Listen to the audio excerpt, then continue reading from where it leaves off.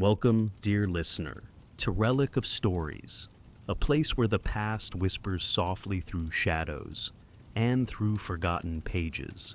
Tonight, we step into a world where beauty and danger walked side by side, where elegance was never free, and every stitch came with a hidden cost. In the courts and in the cathedrals of medieval Europe, fashion was far more than cloth. It was a crown, a weapon, and at times, a silent executioner. Jewels could weigh heavier than chains, fabrics could smother the breath, and status itself could wound without the touch of a blade. So, let us wander slowly through these ancient halls where splendor dazzled the eye, yet whispered quietly of peril. Here, every garment tells a story, and tonight, some of those stories may chill the heart as much as they delight the imagination. Let's start with Chapter 1. Death by Fashion. They say fashion hurts, but in the Middle Ages, it could kill you. And I don't mean in a figurative, oh, that's a bad outfit kind of way. I mean, actually, physically, fatally kill you. Now, when we think of medieval clothing, we picture heavy robes, long flowing sleeves, ornate headpieces, and glittering fabrics draped over lords and ladies. It's romantic in paintings. It's dazzling in period dramas. But if we step closer than the museum glass will allow, we start to see the danger hiding in the seams. You see, in medieval Europe, clothes weren't just clothes. They were statements. Statements about wealth, about power, and about who you were allowed to be. The richer and more important you were, the more dangerous your wardrobe became. Not because the tailors were plotting against you, but because looking expensive meant wearing garments that were impractical, hazardous, and sometimes deadly. And people embraced it. Not because they were foolish, but because status meant survival. If you looked like you belonged to the elite, doors opened, favors came, enemies thought twice. The wrong outfit? It could cost you socially. The right outfit? It might cost you your life. Let's imagine this together. It's evening. You're in a great hall lit entirely by open flames. Hundreds of candles, flickering torches mounted on the walls, maybe even a roaring hearth at one end. The air smells of smoke and spiced wine. And here you come, gliding across the room in a gown that trails behind you like a river of silk. The sleeves are wide and heavy. The hemline sweeps the floor. The fabric, imported from Italy, catches every glint of firelight. It's beautiful. It's breathtaking. And if you turn just a little too close to that torch over there, it's over. The same elegance that makes you admired also makes you flammable. This wasn't just a hypothetical fear, it happened. One of the most famous tragedies of court fashion came in France in 1393, during a masquerade known as the Bal des Ardents, the Ball of the Burning Men. The idea was lighthearted enough. A group of noblemen dressed as wild men, covered in flax and resin, dancing for entertainment. But someone got too close to a torch. In an instant, the resin-covered costumes ignited. Flames spread from one dancer to another. In the panic, guests couldn't tell who was on fire and who wasn't. Several men burned alive before the king's horrified eyes. The lesson? In the medieval world, beauty and spectacle weren't just admired. They were dangerous games of chance. And fire wasn't the only killer in the closet. Armor, the pride of any knight, could turn against its wearer. It was a marvel of craftsmanship, sure, but step into it on a summer's day, and you'd be baking in your own personal oven. Heat stroke wasn't uncommon, and dehydration could be deadly in the middle of a march. And if you were unlucky enough to fall into a river while fully armored, you weren't swimming your way out. The very thing that was meant to protect you in battle could seal your fate off the battlefield. But the deadliest dangers didn't always come from obvious hazards. In the upper echelons of society, pale skin was a mark of nobility, a sign you didn't toil under the sun. And to achieve that pale, flawless look, people turned to cosmetics laced with lead, mercury, and even arsenic. These powders and creams could cause everything from skin ulcers to neurological damage to death. Yet they were used for centuries, passed down like beauty secrets instead of slow poisons. Imagine a courtly lady applying her face powder before a feast, smiling at her reflection, without realizing that every brush stroke is shaving days, months, maybe years off her life. So why did people take these risks? Why would anyone knowingly wear something that might kill them? Because clothing in the medieval world wasn't just fashion, it was politics. It was survival. It told people you were someone to be respected or feared. The medieval mind valued appearances so deeply that risking life and limb for the right look felt reasonable. And perhaps in their world, it was. After all, when the line between peasant and noble was drawn in thread and fabric, a deadly outfit might be better than no status at all. As we move through this story, we'll see just how far medieval people pushed their wardrobes into the realm of danger. From gowns that dragged disease across city streets, to shoes so ridiculous they had to be outlawed, to beauty routines that worked faster at killing you than at making you pretty. Fashion wasn't just a choice, it was a gamble, and the stakes were your life.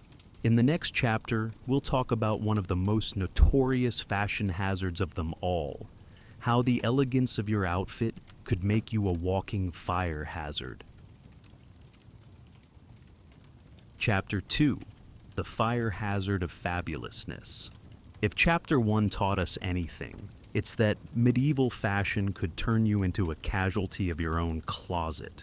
But when it came to fire, the danger was immediate, and the higher your rank, the more likely you were to burst into flames. I'm not exaggerating, because in the Middle Ages, being fashionable meant dressing like a walking candle wick. Let's set the scene. You're a lady of the court. It's a winter's night. The great hall is alive with the warm glow of hundreds of candles, flickering in iron sconces and clustered on long trestle tables. The walls are hung with bright tapestries, the air rich with roasted meats and spiced wine.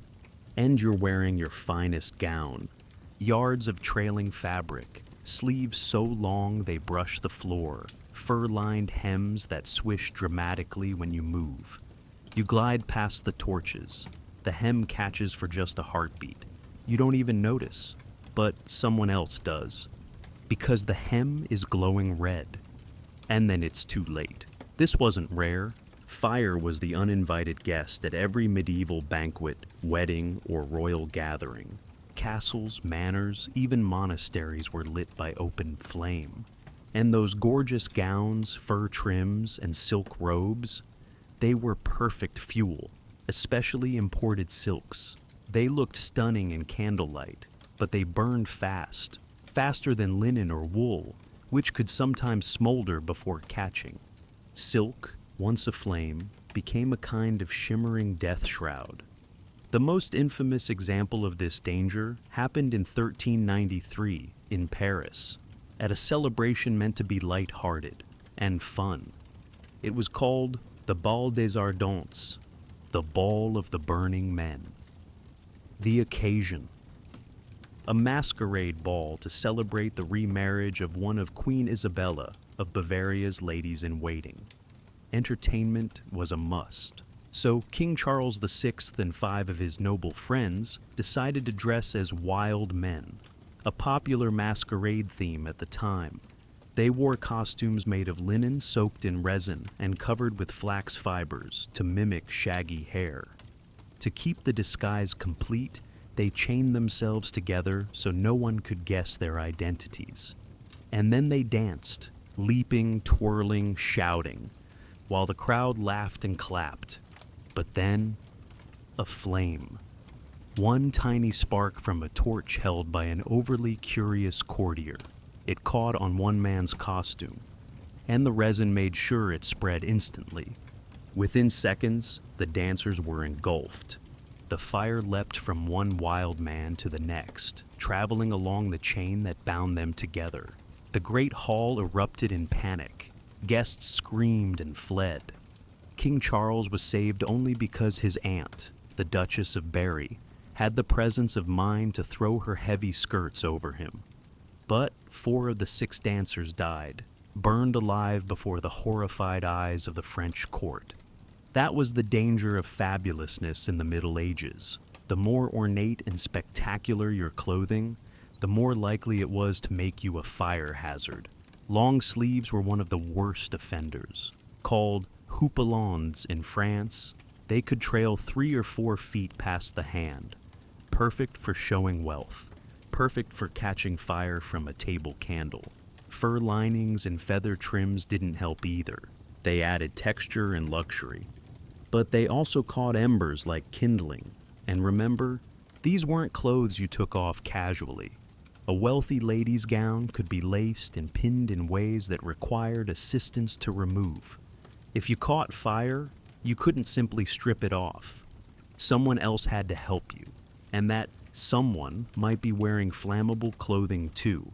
It's no wonder medieval chroniclers recorded multiple tragedies of nobles, even royalty, burning to death during feasts and ceremonies. What's striking is that people knew this risk existed, and still the fashion didn't change much. Why? Because the danger was part of the spectacle. Clothing was about showing you could afford impracticality, that you didn't have to work, that you could move slowly, deliberately, because others would tend to your needs.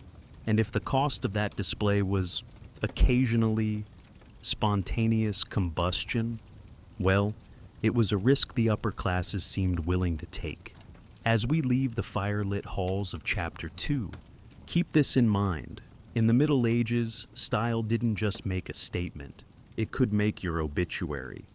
In our next chapter, we'll turn from the flames to another danger that lurked in the folds of medieval clothing, the dirt, disease, and parasites that your outfit could carry, and how a single stroll through the street could turn your robe into a plague spreader.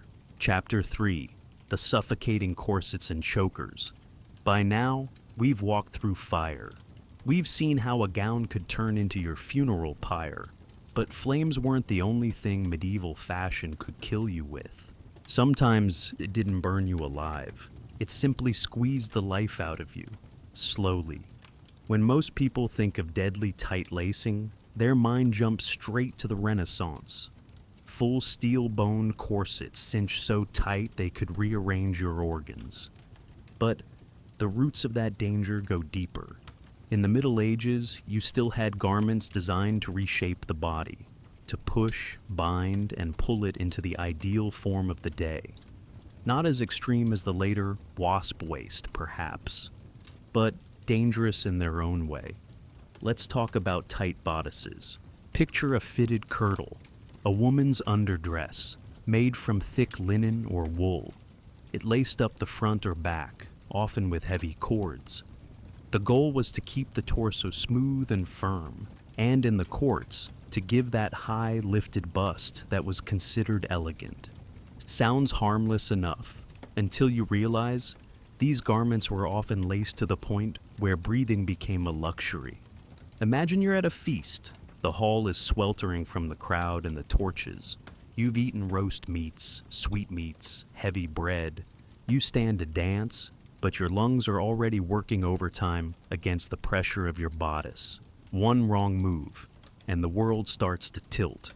Your vision narrows, and you're fainting, not from romantic excitement, but from sheer lack of oxygen. Medieval women did collapse during events, sometimes so dramatically that they had to be carried from the hall. And while fainting could be passed off as a delicate, ladylike moment, the truth was some never woke up again. Then there were the wimples and gorgets, those swaths of linen or silk that wrapped around the neck and chin, covering the throat entirely. For nuns, these were a symbol of modesty.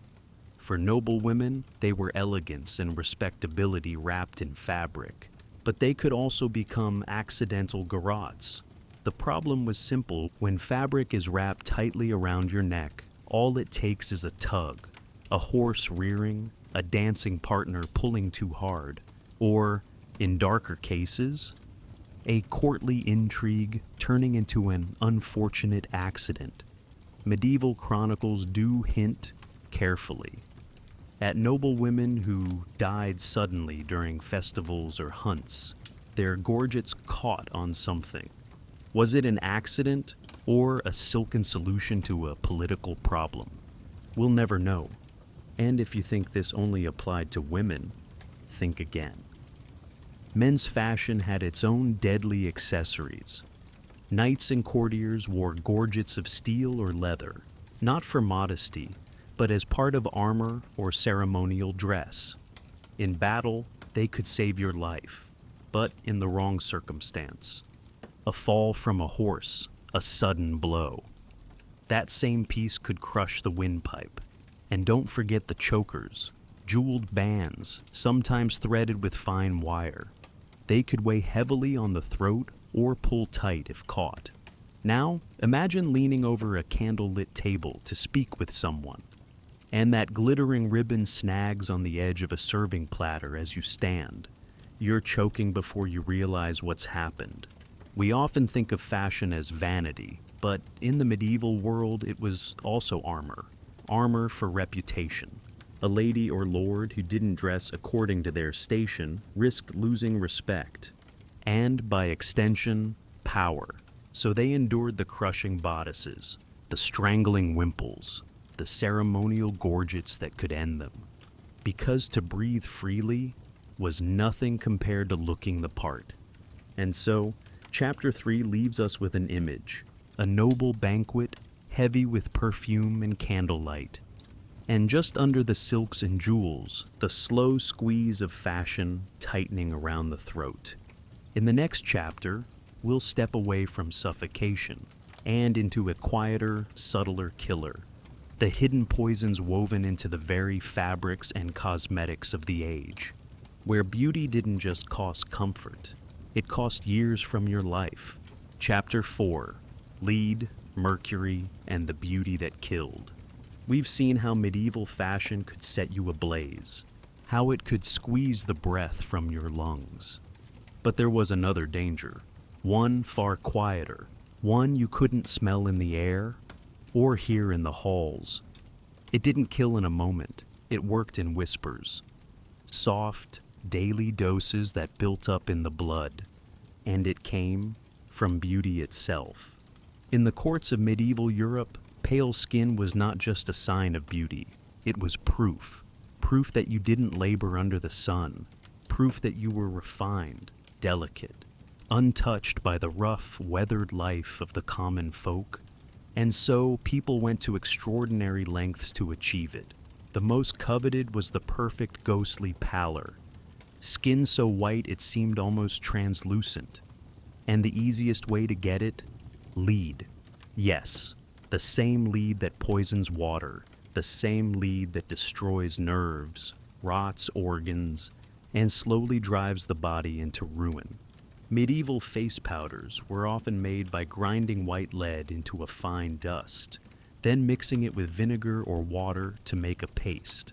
Applied daily, it would cling to the skin, giving that prized milky glow, while underneath, it was eating away at the flesh.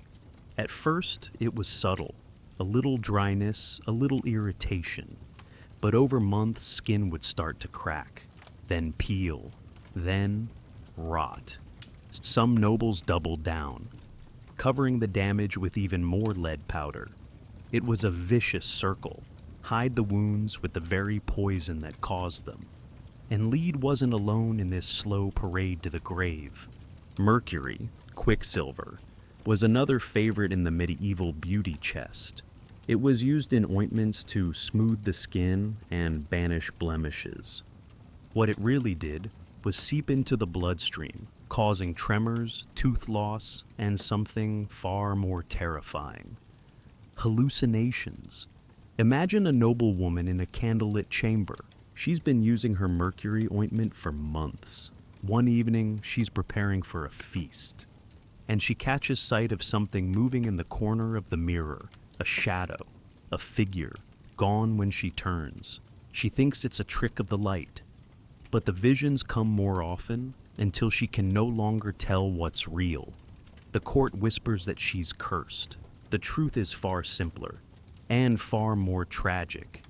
And then there was arsenic. Yes, the famous poison.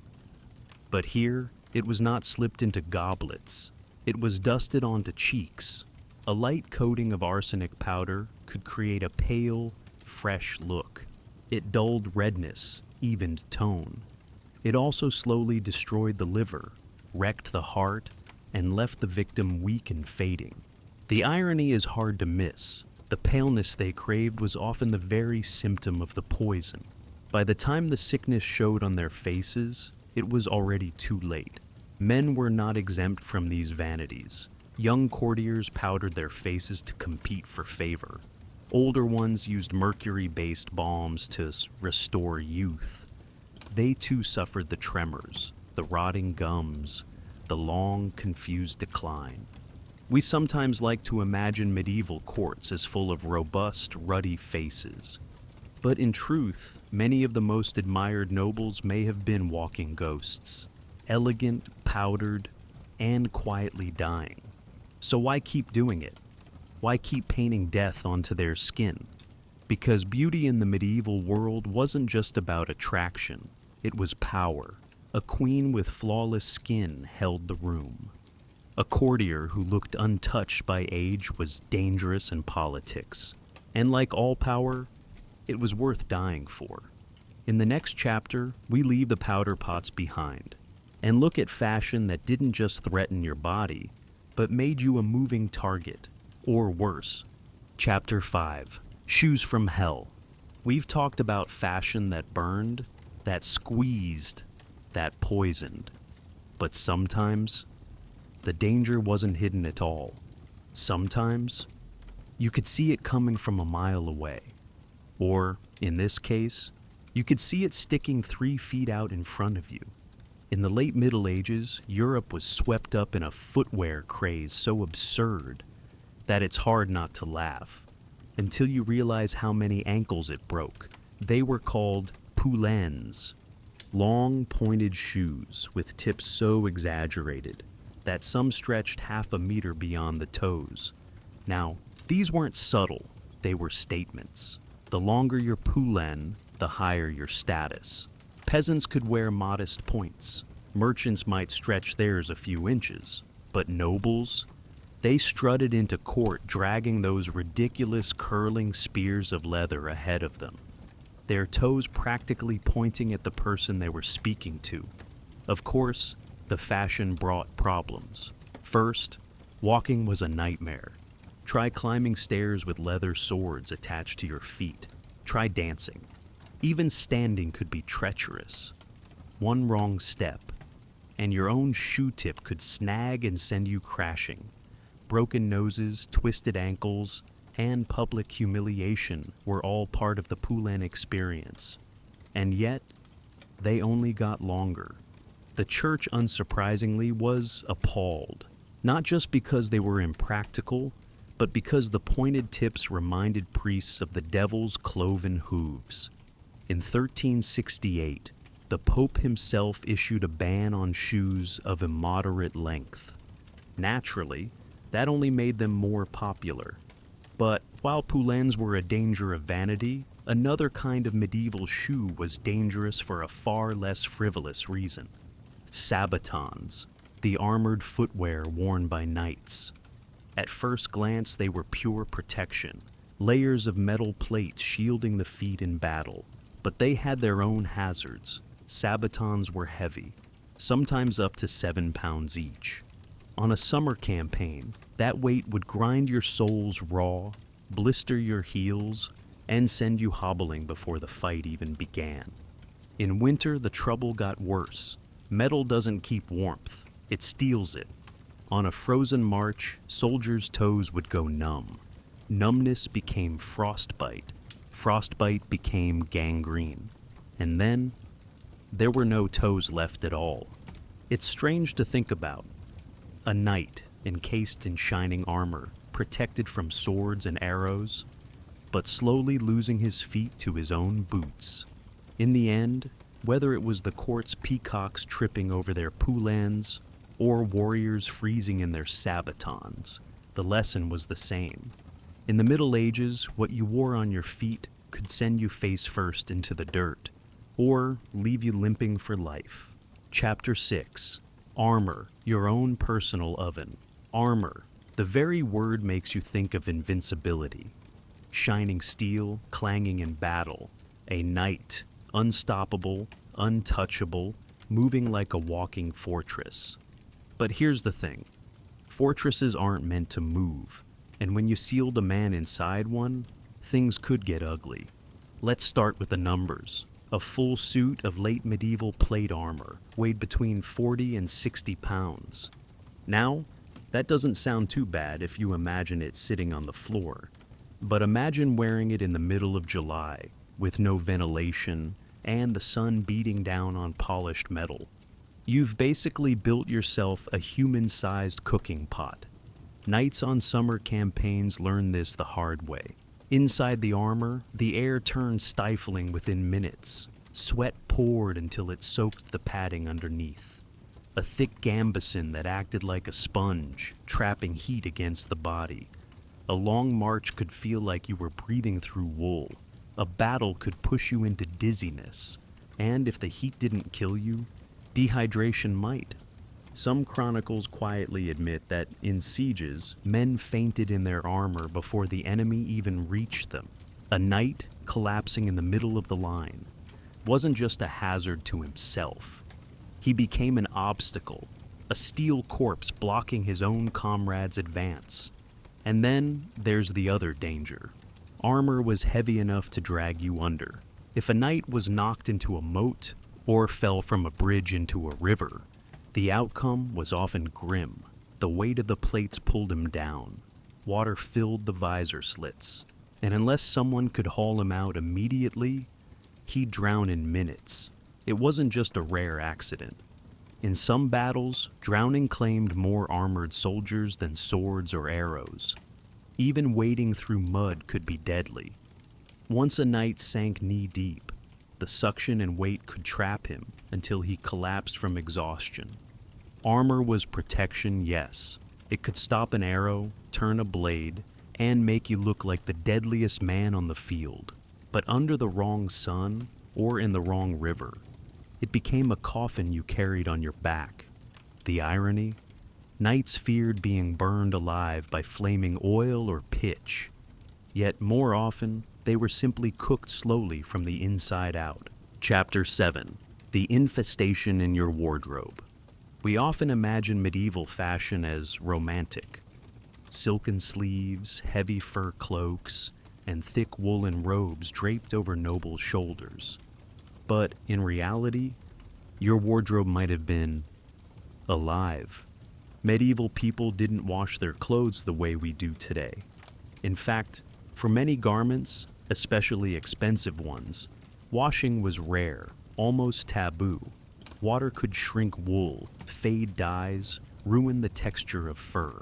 So instead, they wore them, again and again, season after season. And in those warm, dark folds, something else made a home. Fleas, lice, mites. They didn't care if you were a peasant or a prince. Though, ironically, the richer you were, the better your clothes were for them. Fur linings, padded collars, thick embroidery. To a parasite, it was a luxury hotel.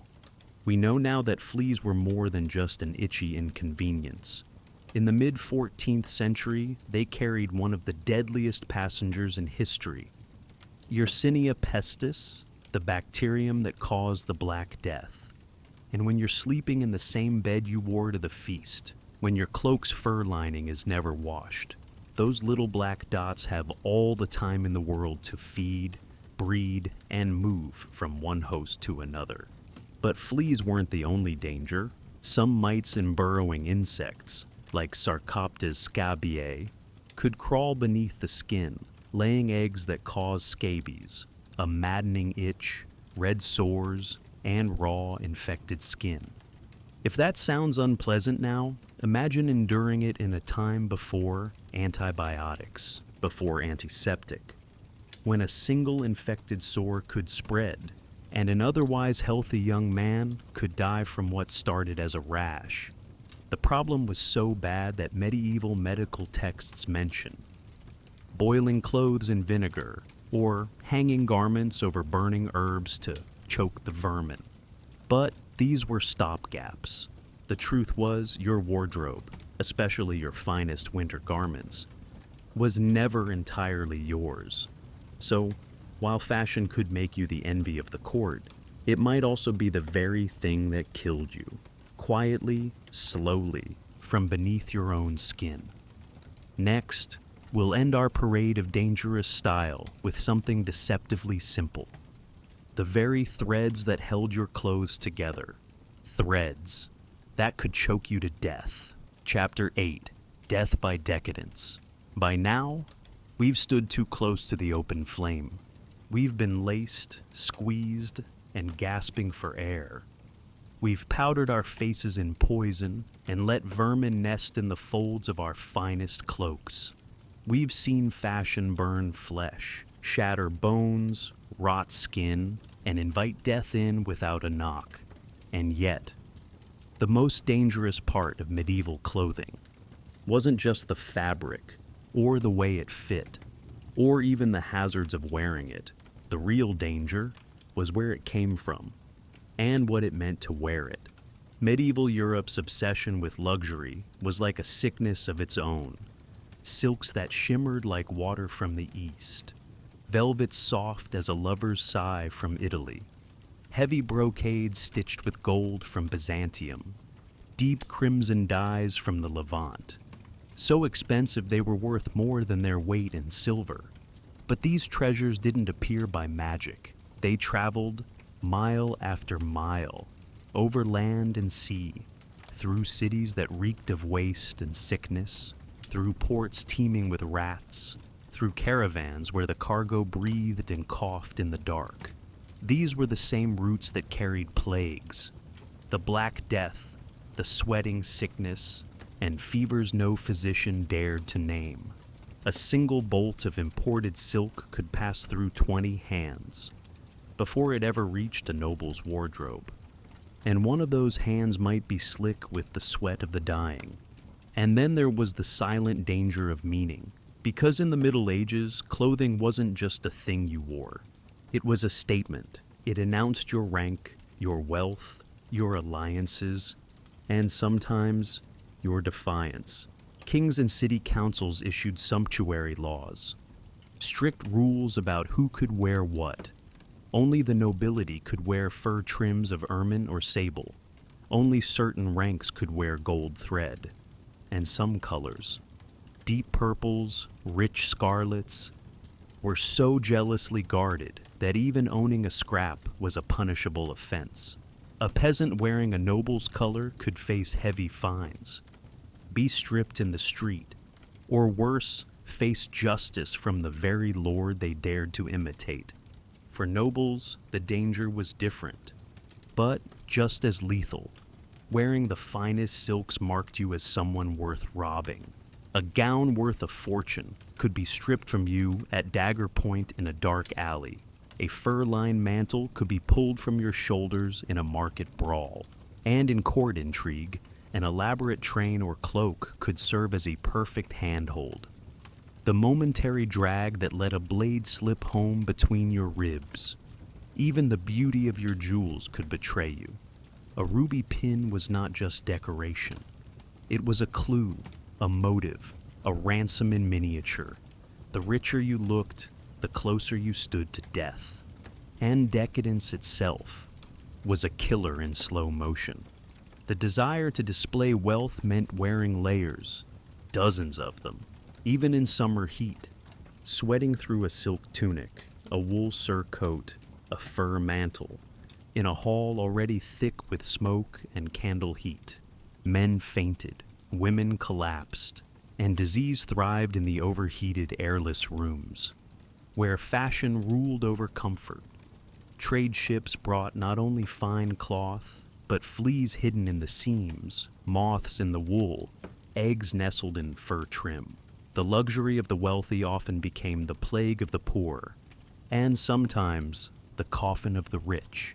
In the end, medieval fashion wasn't simply a display of beauty. It was a game of risk, a gamble that the prestige gained from dazzling others was worth the shadow that followed in its wake. Beauty has always had a price, but in the Middle Ages, that price could be your life. And yet, people still wore it.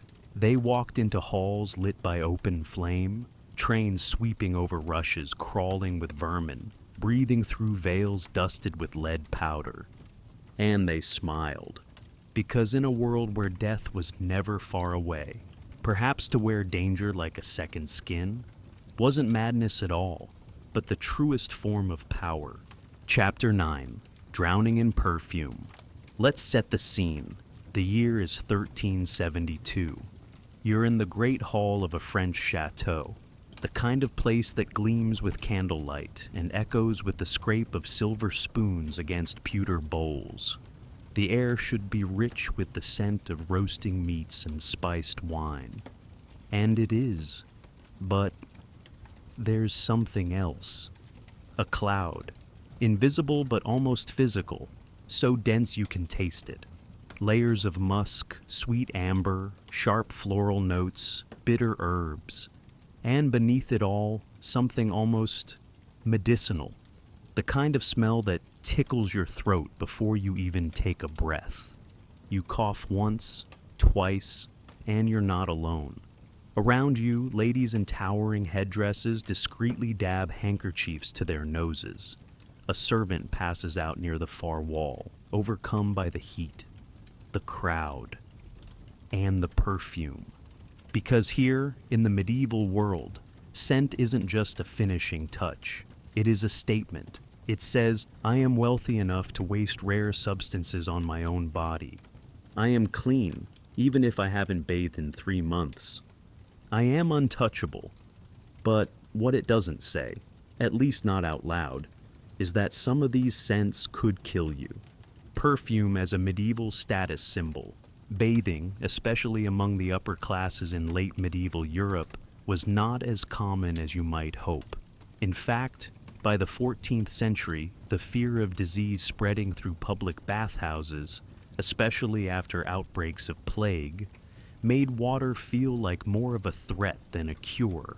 So, instead of washing away odors, people covered them up. Perfume was not just dabbed at the wrists and neck. It was sewn into clothing, rubbed into gloves, sprinkled onto veils and hoods so that every turn of the head sent a scented breeze toward one's admirers. Even leather boots could be soaked in perfumed oils, releasing their scent as the wearer walked. For the wealthy, perfumes were crafted from exotic ingredients brought along trade routes stretching from the Middle East, Africa, and Asia. Ambergris, a strange waxy substance from the intestines of sperm whales, was one of the most prized. Its warm, musky aroma lasted for years and was worth more than gold. Civet, extracted from the scent glands of a small cat-like animal, offered an even more pungent base note. And of course, there were the floral and herbal infusions: rose, violet, lavender, rosemary, marjoram, and sage, distilled with alcohol or pressed into oils. Sounds romantic, doesn't it? Well, not quite. The toxic bouquet. Mixed among these luxurious aromas were far more dangerous substances. Belladonna, deadly nightshade, was sometimes used to give a heady, almost intoxicating floral note. It also contained atropine, which, in high enough doses, could cause blurred vision, hallucinations, rapid heartbeat, and death. Henbane, another popular additive, gave a musky, almost peppery smell, but it was also a powerful hallucinogen and poison. Prolonged inhalation could lead to confusion, delirium, and muscle tremors. Wormwood, famous for its later role in absinthe, was used for its sharp green scent. In small doses, it was a digestive aid. In larger ones, it was a neurotoxin. And here's the thing. When you wear perfume on your skin, those plant extracts don't just sit there. They're absorbed, slowly, day after day, week after week. A lady who kept her gloves soaked in scented oil might find her skin inflamed, her nails brittle, her hands trembling without explanation. The suffocating banquet. Imagine being in a hall lit entirely by torches and candelabras. There's no ventilation. Heavy tapestries hang over the walls to keep out the cold. The air grows hotter with each passing hour as the crowd swells and the feast drags on. Every single guest has doused themselves in something. Rosewater, musk, ambergris, clove oil, cinnamon, or myrrh. The scents don't blend so much as collide. By the end of the night, the air feels syrupy, clinging to your lungs. A single breath can make your head spin. Chroniclers mention nobles fainting during feasts, especially in summer. And while heat and tight clothing were likely factors, the sheer concentration of perfume was enough to trigger nausea, migraines, and even respiratory collapse in those with weaker constitutions. Perfumed gloves, a deadly accessory. One of the most fashionable ways to wear scent was through perfumed gloves. Soft leather, imported from Spain or Italy, would be soaked in a blend of oils and dried slowly so the fragrance would last for months. But here's the catch. Some of these oils contained mercury or arsenic-based compounds, intended to purify the leather and make it more supple. Both metals could be absorbed through the skin, especially when worn tightly over hours. Slow mercury poisoning doesn't announce itself. It starts as fatigue, irritability, trembling hands, then progresses to memory loss, muscle weakness, and eventually, organ failure. There's at least one account from the French court of a lady's gloves being deliberately poisoned in this way as an act of political sabotage, a silent, scented assassination. Pomanders, your own portable gas cloud. If you couldn't trust the air around you, you brought your own. The pomander, from the French pomme d'ambre, or apple of amber, was a small perforated container filled with aromatic substances. They could be worn as pendants, attached to belts, or even carried in the hand. Inside might be a mix of ambergris, musk, cloves, cinnamon, and crushed herbs. Some pomanders were elaborate multi-chambered spheres, each section holding a different scent. They were meant to protect against miasma, the bad air thought to cause disease. Ironically, while they might have masked unpleasant odors, they sometimes replaced them with a concentration of volatile oils strong enough to irritate the lungs. When perfume turned political, perfume wasn't just a matter of taste. It could be a tool of power. Wearing rare scents displayed your wealth and connections. Refusing to share your perfumer's recipe could be an act of rivalry. And on the darker side, poisons could be hidden in the same bottles as cosmetics and perfumes. A seemingly harmless gift of scented oil could be a slow, sweet-smelling death sentence. It's no wonder that royal courts often had dedicated tasters, not just for food, but for personal items, from gloves to cosmetics to perfume. The irony of smelling healthy. For many in the medieval world, a strong perfume meant good health. Pale skin, bright eyes, and a pleasant aroma suggested that you were far from the stinking, disease-ridden streets. But the truth was crueler. Prolonged exposure to heavy perfumes could worsen breathing problems, strain the heart, and weaken the immune system. And because perfumes mask the smell of illness, they could delay diagnosis, allowing disease to spread in the close quarters of court life. So next time you think of medieval elegance, the silks, the jewels, the grand halls filled with laughter and music, remember this: the air in those halls was heavy, not just with the scent of wealth, but with the hidden dangers carried in every perfumed glove, every scented veil, every golden pomander swinging from a chain. It was the smell of power, the smell of beauty, and sometimes the smell of death. Chapter 10. The Deadly Weight of Status. Picture a coronation. The cathedral is filled with incense. Candlelight flickers against walls of carved stone, and the choir's voices swell toward the vaulted ceiling. At the center of it all stands the monarch, or perhaps a high-ranking bishop, dressed in robes so encrusted with gold and gems they look more like armor than clothing. The crowd sees splendor, the wearer feels pain. Because in the medieval world, wealth was measured not only in the rarity of your fabrics or the number of jewels you owned, but in how much of that treasure you could physically carry on your person without collapsing. And sometimes, people did collapse. Ornaments that crushed the wearer. Jewels were not the delicate, faceted things you might imagine from modern rings and earrings. Medieval gem cutting was primitive compared to today, so precious stones were often left in larger, heavier forms. Rubies the size of walnuts, uncut sapphires as big as a pigeon's egg, all set in solid gold or silver. These were sewn into garments in dense patterns, especially for ceremonial wear. Some royal surcoats and bishops' copes were said to weigh more than a suit of chainmail. The belts, oh the belts, were another matter entirely. Thick leather straps covered in gold plaques, cabochon gems, and ornate metal fittings. Some ceremonial girdles could weigh 5 to 8 pounds on their own. And unlike armor, which was designed to distribute weight, these belts often dug into the hips, throwing off posture and straining the lower back. Then there were the crowns.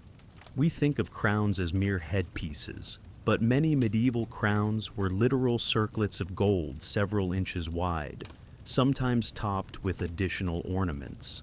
The crown of Saint Wenceslas in Bohemia, for example, weighs nearly 5 pounds, and that's considered light compared to some ceremonial pieces that could reach 10 or 12. Wearing one for hours during processions meant aching neck muscles, headaches, and sometimes nerve compression that caused tingling or numbness down the shoulders and arms. The hidden cost: chronic damage. If you wore such weight occasionally, say once a year for a special feast, it might just leave you sore. But the highest-ranking nobles and clergy wore these heavy, jewel-laden outfits often, especially during public events meant to showcase their rank. Over years, the strain could lead to permanent damage. Medieval medical texts, in their roundabout ways, describe weakness of the shoulders, crook of the spine, and numbness of the fingers in nobles who habitually bore such burdens. Today we might recognize these as cervical spine injuries, compressed nerves, and chronic musculoskeletal strain.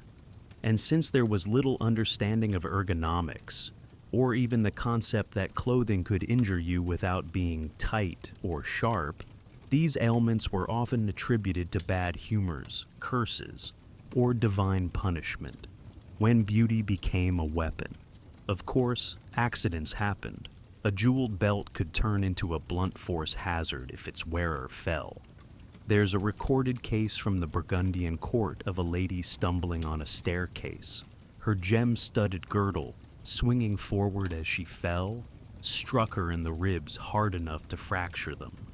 Headpieces could be just as treacherous. Tall, ornate hennons, those conical hats favored by noble women, were sometimes reinforced with metal frames to help them hold their shape. A sudden jolt could send the whole contraption crashing down into the scalp, breaking hairpins and, in extreme cases, piercing the skin. Even the clergy weren't immune. Some bishops' mitres had stiffened fronts made of gilded copper or silver, which could slip forward during genuflection and hit the wearer in the brow with a solid metallic thud. The procession problem. The most dangerous moments often came during long, slow processions. These could last for hours, weaving through streets packed with cheering crowds, under the full heat of the sun, or the suffocating closeness of winter cloaks. In summer, the combination of heavy garments, tight collars, and the weight of gold was a recipe for heat exhaustion.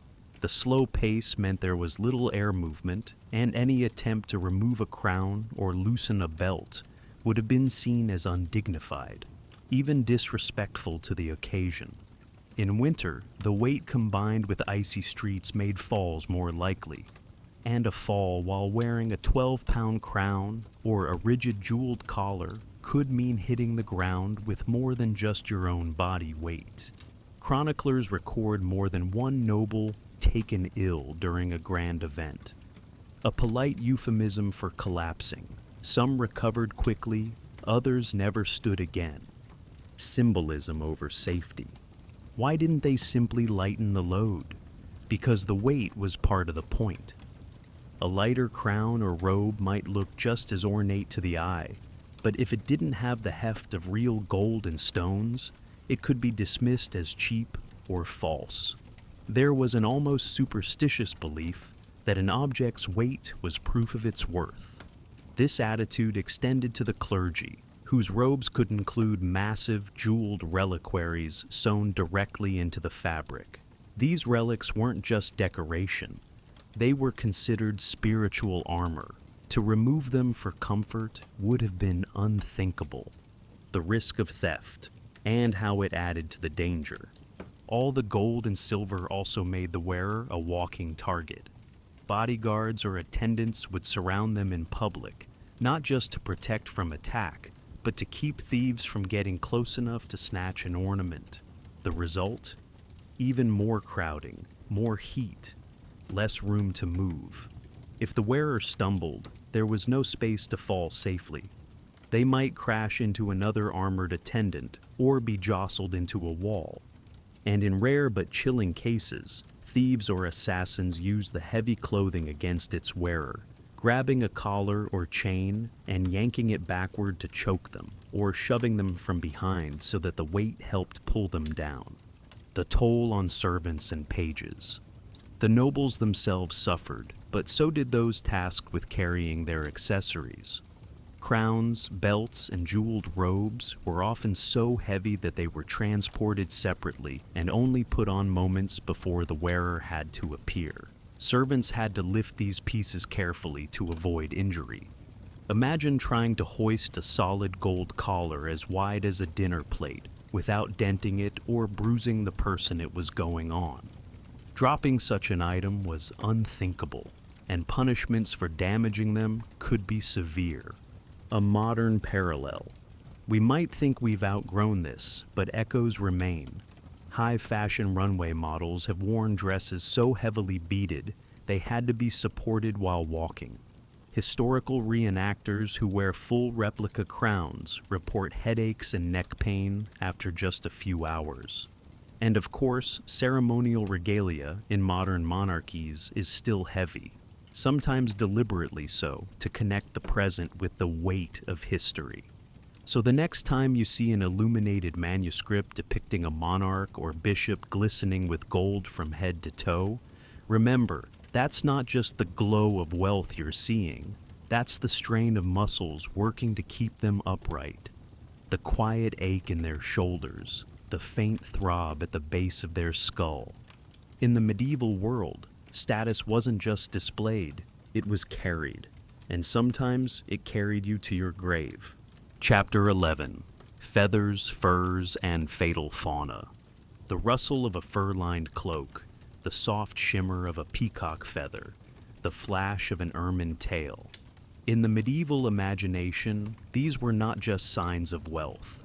They were badges of refinement, proof that the wearer was a person of means, power, and exquisite taste. But here's the thing. Medieval luxury was rarely hygienic.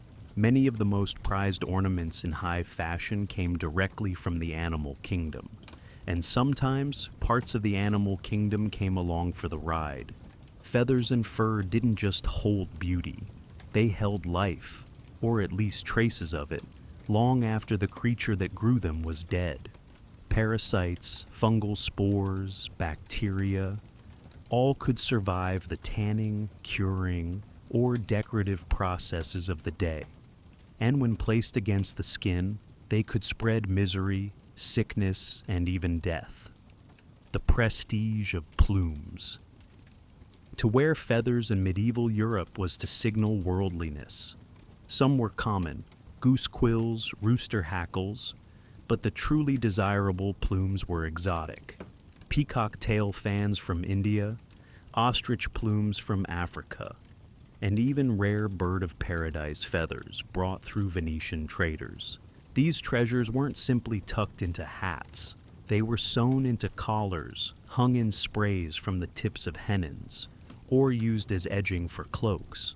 Court records show that the wealthiest patrons would pay as much for a single peacock feather as a farmer might earn in a month.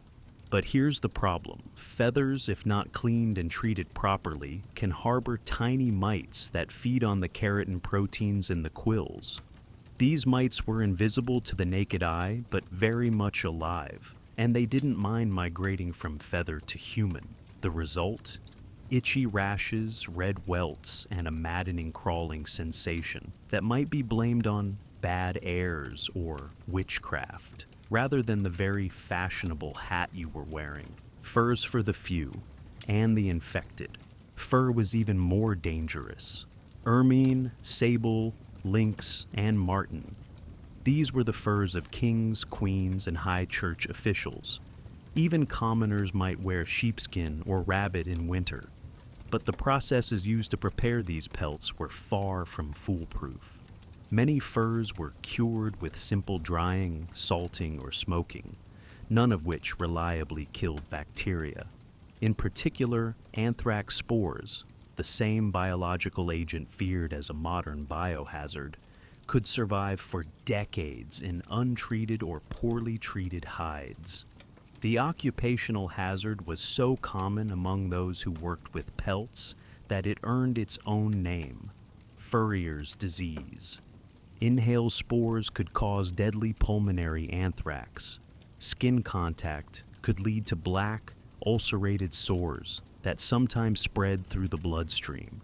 And because the connection between furs and illness wasn't understood, victims might continue wearing their contaminated cloak until they collapsed. Hats that were birdhouses in disguise. Then there was the trend, briefly fashionable among certain courts, for hats decorated not just with feathers, but with entire preserved birds. Taxidermy in the Middle Ages wasn't the chemically treated, glass-eyed craft we know today. It was crude, involving little more than drying the bird, stuffing it with wool or straw, and sewing it to the fabric. Decorative oils or perfumes might be applied to mask the inevitable smell, but over time, nature would have its way. Rot set in, moth larvae or dermestid beetles found their way inside, and the unlucky wearer, blissfully unaware, might only notice the problem when a banquet companion leaned too close and recoiled from the faint but unmistakable scent of decay. Some records even mention rats or mice gnawing at unattended hats or cloaks in storerooms, attracted by the lingering scent of animal fat. Imagine discovering your prized headpiece half chewed on the morning of a royal audience. Imported plague risks. The most prestigious furs and feathers often came from far-flung corners of the known world. Ships arriving from North Africa, the Levant, or Russia might carry bales of pelts or crates of plumes, and along with them, fleas. The bubonic plague bacterium, Yersinia pestis, is most infamous for traveling via rats, but fleas could survive for weeks in bundled goods, including animal products. A shipment of luxury furs could be the Trojan horse for a fresh wave of epidemic. In 14th century Genoa, one consignment of sable pelts was blamed for a sudden outbreak in a wealthy quarter of the city. Chroniclers noted bitterly that the poor, who could not afford fur, escaped the first wave almost entirely. A deadly reversal of fashion's usual prestige, the skin-to-skin danger. While heavy outer cloaks might be lined with fur, many garments were designed to let the luxurious lining peek out at the collar or sleeves, which meant direct contact with the skin. Unwashed, the oils and sweat from the wearer would accumulate in the fur's fibers, creating a warm, moist environment ideal for bacterial growth. Infections like folliculitis, impetigo, or even fungal ringworm could spread rapidly among courtiers, especially during winter when fur was worn constantly. Perfume as a double-edged sword. Wealthy owners often tried to protect their prized pelts and feathers with perfume sachets, mixtures of herbs, resins, and oils tucked into the folds. While this could mask unpleasant odors, it did nothing to remove pathogens. In fact, some of the oily perfumes could actually make matters worse, softening the keratin or fur fibers and creating a better habitat for mites and mold. The wearer might be both fragrant and festering. When fashion bit back. One particularly grim account from the Burgundian court tells of a lady-in-waiting who fell ill after wearing a new swan's down cape gifted by a foreign dignitary. Within days, her neck and shoulders erupted in sores. Physicians applied poultices of vinegar and herbs, suspecting a hot and corrupt humor, but she died within the month. Later speculation suggested anthrax, though the connection was centuries from being understood.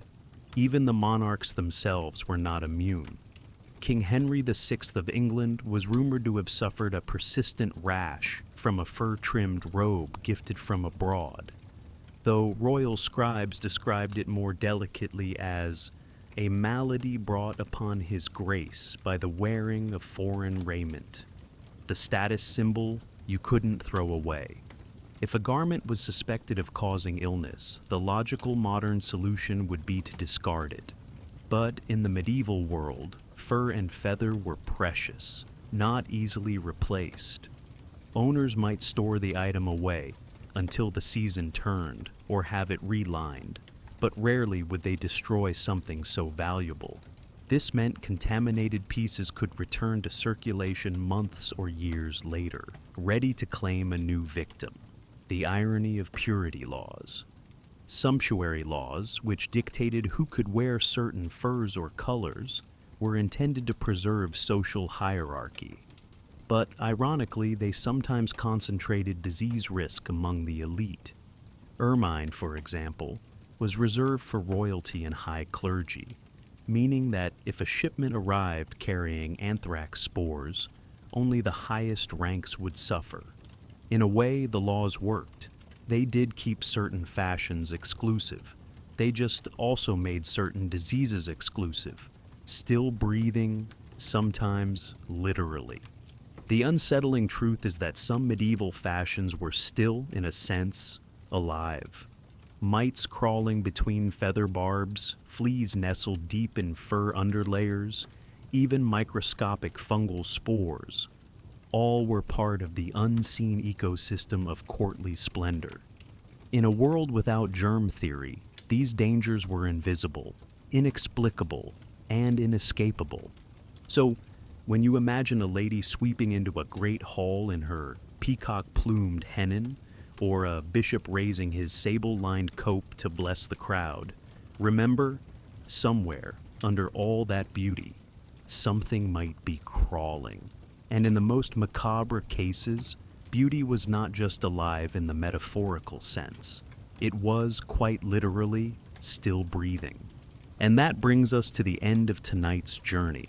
If this story kept you company, eased your mind, or helped you drift into a gentler place, then I'm truly glad you were here. This is what Relic of Stories is all about, bringing the echoes of the past to life in a way that feels safe, calm, and timeless. If you've found comfort here, if these stories help you sleep, inspire your imagination, or simply make the world feel a little softer, I'd love for you to stay a while. You can do that by subscribing so you never miss the next tale we uncover together. Until then, may your dreams be peaceful, your nights be quiet, and your heart be light. Good night, and I'll see you in the next story.